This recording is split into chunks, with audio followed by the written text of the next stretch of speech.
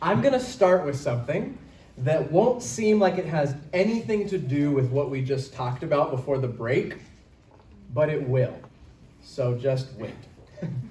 About 30 years ago or so, a man named Paul Hebert presented a new approach to how we think about Christianity and how we think about church. I have talked about this before at this church here, and maybe you've heard about this somewhere else, but this really gets to the heart of something vital. So it's worth repeating. I'm going to be talking about a number of ideas here as though they are mine, but they actually, a lot of the initial information comes from Hebert as well as some other preachers and teachers that have helped to expand the concept further for me. So here's how this works. There are different ways to group people or things together. The first way is through what's called a bounded set. In a bounded set, things are either in or they're out based on the boundary lines that are drawn. Membership to a bounded set group is clear and static, meaning that the rules don't change situation to situation. You're either in or you're out based on the defined boundaries. In bounded sets, a lot of energy goes into making sure that the boundary line is clear. And obviously this is important because the boundary determines who's in and who's out. So think like being a student at a school. If you just stroll into any old school and sit down in a classroom, does that make you a student? No, you have to fill out an application, get accepted, pay tuition, right? There are boundary lines. And this isn't inherently bad. This can be very helpful and necessary in a lot of situations. Well, many churches operate this way too. Let me illustrate this for you.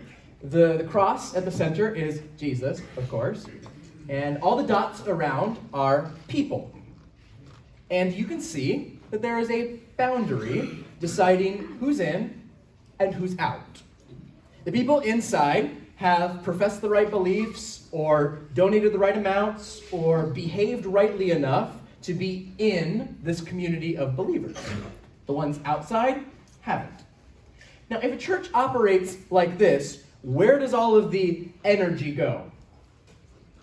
It goes to the boundary. We need to clearly outline what's in and what's out. So we put our theology to work, defining what's okay and what's not okay. We put our evangelism to work, trying to bring people just across the boundary line. And we determine the faithfulness of other Christians based on which side of the line they fall on. Now, why do Christians do this? Well, they make church this way because they think salvation is also this way. There are people who have believed enough right things and who have done enough good stuff to be in, and then there are those who weren't quite there who missed the cut. The ones who are in, get in. The ones who are out. Well, can you think of any problems of a church that operates like this? Ooh, that was a good one back there. I'm going to put 4 on the screen, though there's lots. So people can become very judgmental, right? You look down their nose at other people who are outside of the bounded set. They focus on behavior, on external things. Well, how do you gauge where people are at? It can only be based on what you can observe. Is that the best judge of things all the time? Not always. People have to stifle serious questions. So I can't ask questions about the boundary because the boundary is what's most important to this group. To question the boundary is to place myself outside of this community. And the last one to me is the most important. Static boundaries make for static Christians. This is the biggest one. There is no growth in this model. Once I've crossed the line, I've arrived. There's no need to grow any further. I just need to maintain the status quo. We could probably come up with other things, but okay. So if this isn't a good way to do things, if drawing a boundary causes pride and hurt and inauthenticity, what's an obvious solution that people have? Well, you just get rid of the boundary, of course, and this is the second way to group people together, the fuzzy set. Here, there's no clear boundary between who's in and who's out. It's just sort of nebulous. Now, to be fair, fuzzy set churches are a reaction against some very real negative things about bounded set groups. There's something good here in that we're done shaming each other for who's in and who's out. But can you think of some potential problems with this model? Well, I heard one. That's my first one. Relativism and pluralism, right? We're all just on our own journey. Your truth is your truth. My truth is my truth. What do you preach? You can't really call people to anything. There's no community. There's nothing that defines this group. It's all just sort of nebulous. And the biggest problem, Jesus himself. He claims to be the one way, the one truth, and the one life. That sounds a little more exclusive than this set would allow for. So neither of these two options are great, which brings us to the third option. It's called the centered set. In a centered set, objects are defined by their orientation to the center. Membership in this group is dynamic, not static. What matters is the direction someone is moving. So in this model, you have Jesus still at the center, but instead of dots, you have arrows. People are either oriented and moving towards Jesus or away from him. So you'll notice in this, you have some people who would seem to be really close to Jesus, coming to church, behaving the right way, but who are actually moving away from him. And you have others who would seem to be way outside the fold, but who are becoming drawn to who Jesus is. And as I see it, this is how salvation works.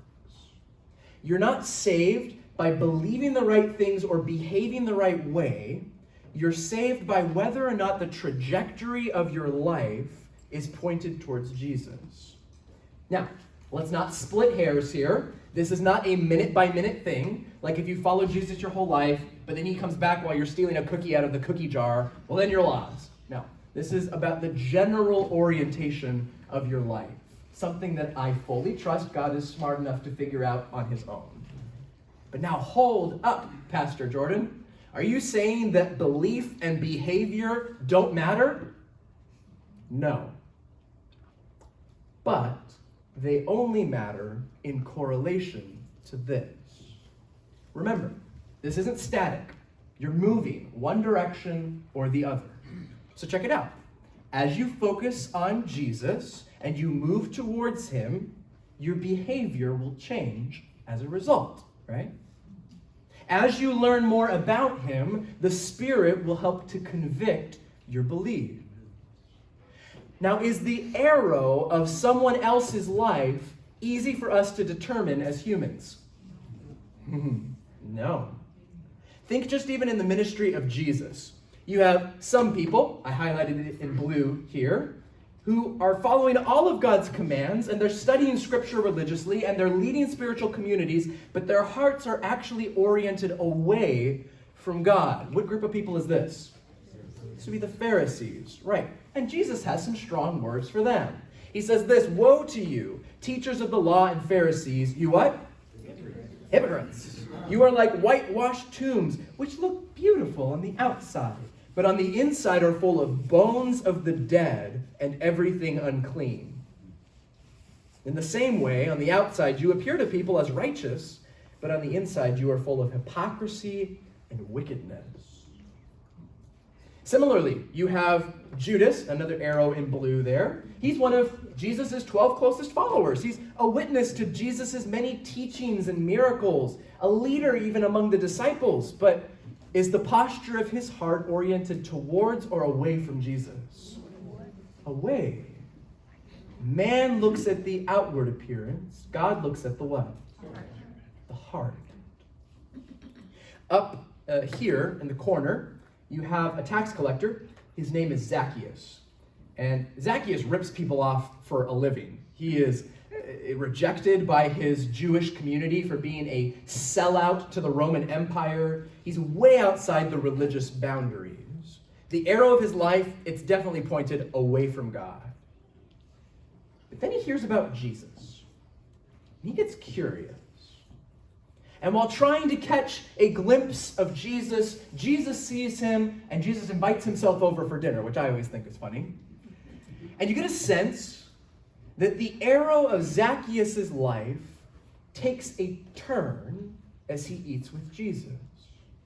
Because as the direction of his heart turns, his actions follow suit.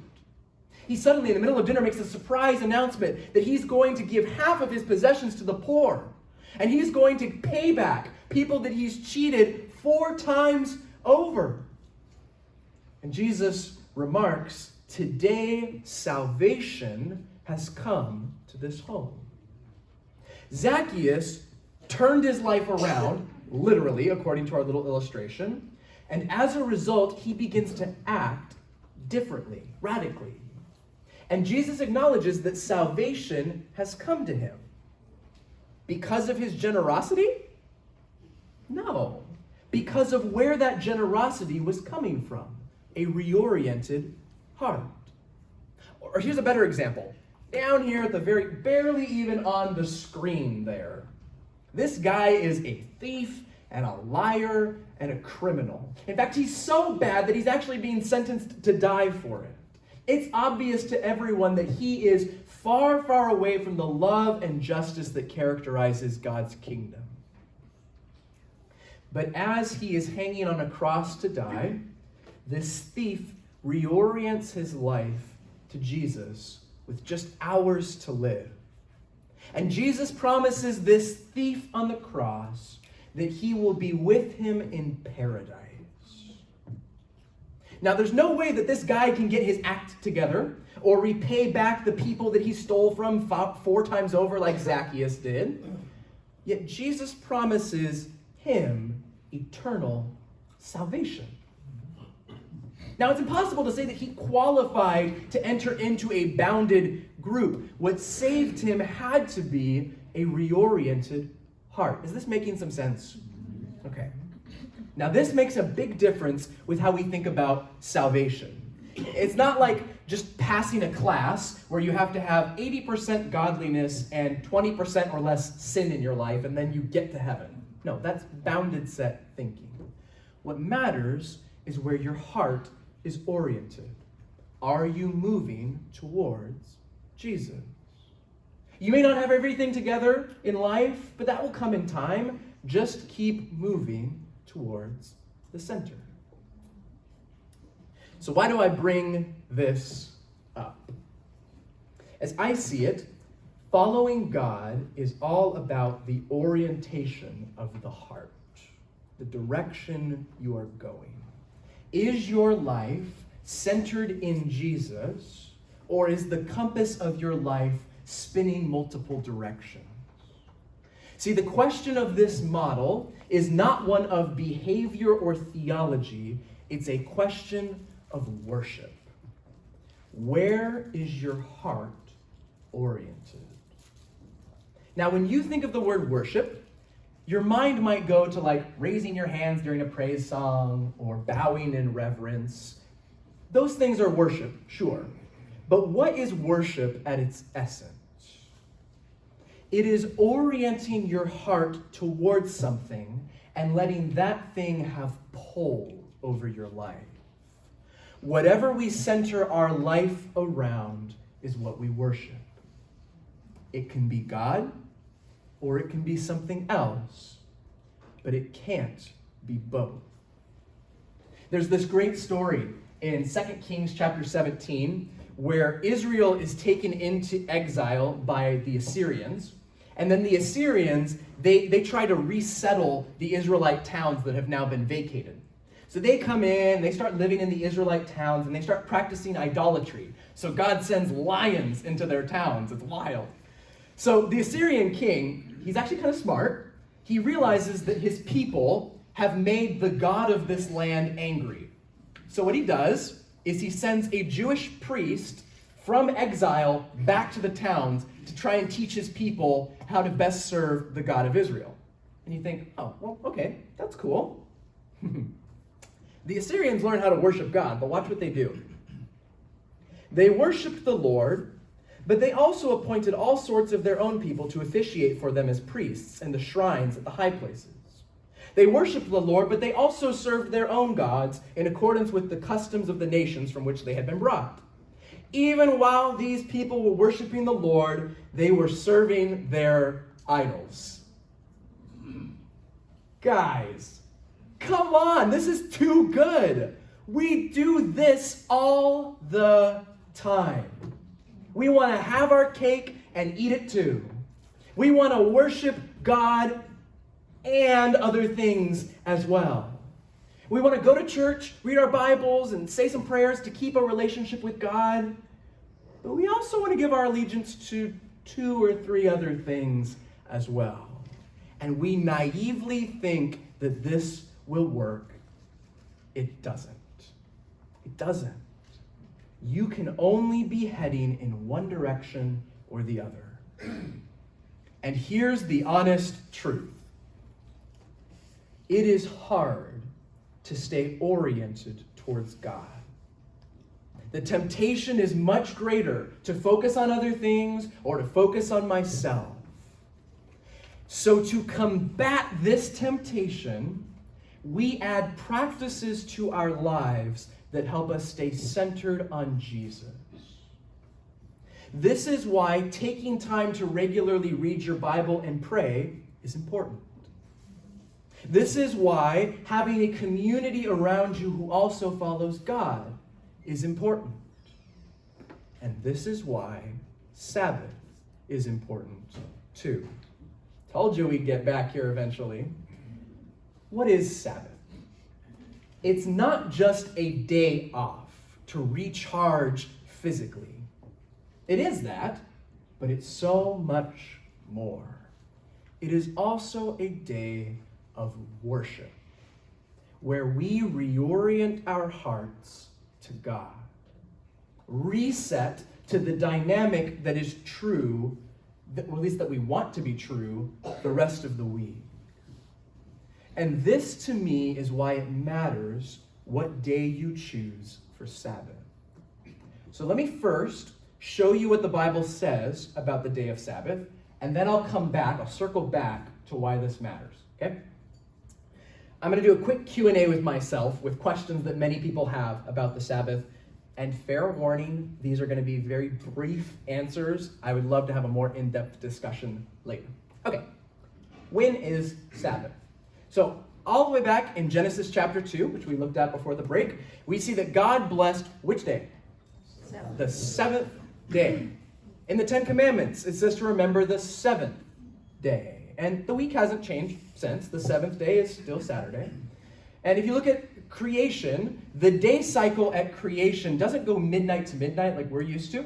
It actually goes sundown to sundown. So you'll see in the Genesis chapter 1, there's this pattern that repeats of evening and morning the first day, evening and morning the second day. So this is kind of a weird thing to wrap your mind around at first, but the biblical Sabbath is Friday evening to sundown on Saturday evening. Okay? What about this? Is Sabbath all that important? You know, it's interesting to me that Sabbath is the only spiritual discipline to make it into the 10 Commandments. God's Big 10 doesn't have remember to read your Bible or remember to pray or remember to go to church. I mean, all Christians would say that those are highly important in following God, but remembering Sabbath, this rhythm of rest, that's what cracks God's top 10. That alone should tell me something about its importance. Well, wasn't Sabbath just a Jewish thing, like animal sacrifice and purity laws? Sabbath is definitely a very Jewish thing. It's a rich part of their culture, but it wasn't meant to stay with them exclusively. Sabbath precedes the Jewish nation. It goes all the way back to creation. And it continues after the gospel spreads to the non-Jewish nations. So yes, ceremonial and ritual laws that had to do with the nation of Israel, those things were done away with at Jesus' death, but Sabbath doesn't fall under that category. Why? It's part of the 10 Commandments. It's not just tucked into Leviticus somewhere. Its roots go all the way back to creation, not just to the people of Israel. And Jesus, even at one point, says the Sabbath was made for man. It doesn't say the Sabbath was made for Jews, all of mankind. Well, didn't the early church change Sabbath to Sunday to celebrate the resurrection? No. In fact, the New Testament only mentions the first day of the week, Sunday, 8 times. And 5 of those times are just stating when it was that the women went to the tomb to check and find that the body wasn't there anymore of Jesus.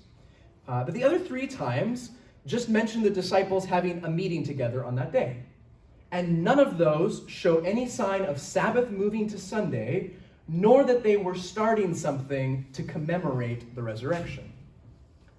But wait a minute, isn't Sabbath considered Sunday today? Why is that? So this is a fascinating little slice of church history that we could talk about for 45 minutes, but we won't. Short answer. The earliest followers of Jesus continued to keep a seventh-day Sabbath for a number of generations. But if you read some of what are called the early church fathers, these are Christian leaders from like the 2nd to the 4th century, you will see in their writings a desire to distance Christianity from Judaism. Now, there's a lot of reasons for this, but there's a sentiment that starts to build to have Christianity not be confused with Judaism. And one of the ways to do this was to shift the day of worship and gathering. And they chose Sunday mostly for practical reasons. Most of the other pagan religions worshipped on this day, so it worked out nicely for them, especially if there was a convert who was going to start attending their gatherings. Oh, well, I'm already used to worshiping on this day. Now, theology would get added later. When? Later. Theology would get added later to explain the choice. This is to celebrate the resurrection, or this is the Lord's Day. But the theology didn't motivate the change. It was a later explanation for it. When Constantine, he is the emperor of the Western Roman Empire in the 4th century, when Constantine became a Christian, he issued a law stating that Sunday be a day of rest. The early Catholic Church, which at the time was just basically the Christian leadership structure, the early Catholic Church made the decision to move the sacredness of Sabbath onto the first day of the week, which they began to call the Lord's Day. This is not hidden information. I mean, there are many modern-day Catholic writings that admit to this. My point is this. The change was not the result of just one thing, right?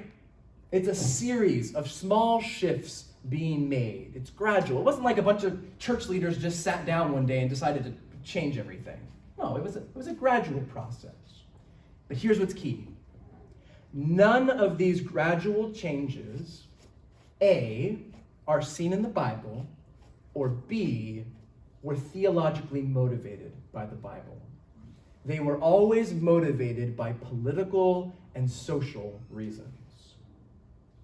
So I could keep going with more rapid-fire questions like this, and I could give you more in-depth answers to all of these and point you to other resources. I would love to sit down and have a long conversation that addresses the questions that you're actually having. But here's the thing. I don't actually want to spend a long time on this part, at least upfront in this context, for a very deliberate reason. I don't want to argue you into practicing a Saturday Sabbath. I don't want to proof text you into submission that Saturday is the correct day. I believe it's biblical, I believe it's correct, and I don't believe that it has changed. But I don't want to spend so much of my time emphasizing why Saturday is the right day that I don't even tell you why following the right day even matters. Does that distinction make sense? I'll repeat it again. I don't want to spend so much of my time telling you why Saturday is the right day that I don't tell you why following the right day even matters. If Sabbath is only about resting and spending time with God, then I think you could make a case for taking whatever day works best for you. I mean, it's not like God has office hours and he's only in from Friday evening to the Saturday evening. God would want you to give him the time where you're most available and most able to focus. But Sabbath isn't just divine self-therapy. It's not just a pick-me-up for the emotionally, physically, and spiritually tired. Sabbath is also about worship, reorienting our hearts and our lives towards God. It's a moment where we reset to the dynamic that is true all 7 days of the week. God is God, and I'm not. There's a humility to Sabbath, where we recognize who God is and we let him lead the direction of our lives. So there's the answer that every kid hates when they ask their parent why they have to do something. Because I said so, right? But this honestly gets to the core for why a seventh-day Sabbath matters. Because God said so. Is taking a day of rest good for your health? Yes. Does setting aside a day to be with God benefit you spiritually and emotionally? Absolutely. Is Sabbathing loaded with benefits for those who practice it? Yes. But if you practice Sabbath on your terms instead of on God's terms, you have missed the very heart of what this day is about. Play this out in your head with me, okay? If you were to ask me why I keep Sabbath on Saturday, I'd say because God said so. But let's say I keep Sabbath on Tuesday, okay? And you ask me, why do you keep Sabbath on Tuesday? What would my answer be? Because that's what works best for me? Because that's my day off from work? Because I want a break in the middle of my week? I don't know what the answer would be, but do you see the difference? To fully do what God asks is to focus on him. To do what God asks on my terms is to focus on me.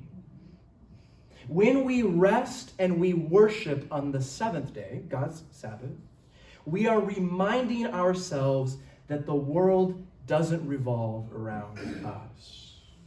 Rather, we are to structure our lives and our schedules and our priorities around God, even if it's inconvenient. So to summarize, Sabbath is not just a day of therapeutic self-care. It's a day about recentering our lives around God. And centering our lives around and towards God, I would argue, is what Christian life is all about. It's the centered set model. And that's why this matters. So where does that leave us? I think that leaves every single person in this room, myself included, with a challenge. Actually, two challenges. There's a broad challenge and a very specific challenge. The broad challenge is just to make sure the direction of my life is headed towards Jesus, right? To figure out what the next step in his direction should be. But I want to extend a specific challenge to you about this beautiful day of rest, Sabbath.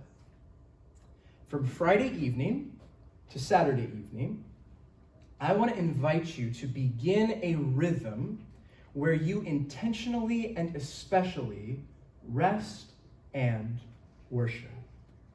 Stop the productivity that strains the rest of your week and recenter your heart towards God. What does this look like? Well, the next step will look different for every person in this room. I explained it recently in a Bible study like this. Imagine a multi-lane freeway. There are some cars going one way, some cars going the other way. Some people are headed towards God, some people aren't. But there aren't just directions of traffic, there are also speeds. Some people are backed up, just trying to get on the freeway. Some people are cruising right along. Some people are zipping by in the HOV lane, right? There are a lot of different speeds in a walk with God. It doesn't matter how fast you're going. It matters that you're on the right side of traffic. So there are some of you here who have been practicing Sabbath your whole life. You're cruising right along. What does your next step look like? Is there something you've heard tonight where your thought, well, you know, my Sabbath, it really isn't what it ought to be? Rest, reset, resist. Which of those could you do better at? Remember, the goal is to keep growing, not to arrive. Where can you grow? Or, better yet, where can you help other people grow? But maybe that isn't you. You might be just now doing a U-turn and moving in Jesus' direction. And you're going at a backed up rush hour pace. Every step you take towards Jesus feels slow and difficult. That's okay. What matters is the direction that you're going. And things will start moving more and more the longer you stay oriented towards Jesus. Maybe Sabbath is completely new to you, and it all seems overwhelming. Hear me on this. Sabbath can be a big change. Maybe you need to start small. Don't start where you think you should be. Start where you are. Be gradual if you need to. Maybe your first step is to just read your Bible for 20 minutes every Sabbath. Maybe you just fast from social media every time this week. Maybe you just need to get out in nature every time this day rolls around to remember God as creator. Maybe you need to intentionally spend time on Sabbath with other people who love God. Our church, we meet every Saturday morning for this very reason. What I hope you catch is this. Following God is a journey made up of a bunch of steps. Your next one might be small, and that's okay. Just keep taking steps. But hey, maybe you find Sabbath really compelling, and you're ready to take a big next step. You're ready to reorganize your work schedule to get this day off. You're going to turn off all of your technology to create a space with less noise. Awesome. That's great. Little step or big step, we are all journeying together. And I trust God to lead and challenge and convict every person here of what their next step should be. So with this in mind, as we close, let me just remind you what this day is about. As you think about what your next step should be, let's go back to what Sabbath means. It means resting, resetting, and resisting. Rest. Rest from your work and striving and always on the go pace, and rest in God's goodness and his completeness. Remember, to Shabbat is to stop. Just stop. Reset. Reorient your heart back to God. Remember where you want to be moving. Worship God and let his love draw you towards him. Sync your heartbeat with his. Resist. Fight against the temptation to crowd out this holy, sacred space. Guard these hours as holy, time that is set apart from the other 6 days. Keep Central Park alive. You know, I resonate so hard with that story of the Assyrians and the lions, right? Where we want to worship God and some other things too as well. But it doesn't work that way. Your heart is only pointed in one direction. And Sabbath is a rhythm for me that keeps me oriented in the right direction. And sometimes it's a struggle. Sometimes it's more resisting than resting. But it's worth it, because being oriented towards Jesus That's all that matters. So I've talked a lot. Closing words. I don't think you should just keep Sabbath because it's correct. I also think you should keep Sabbath because it's good. And little by little, the more you surrender this block of time to God, I believe with all my heart that you will see the goodness of it too. And you won't ever want to go back.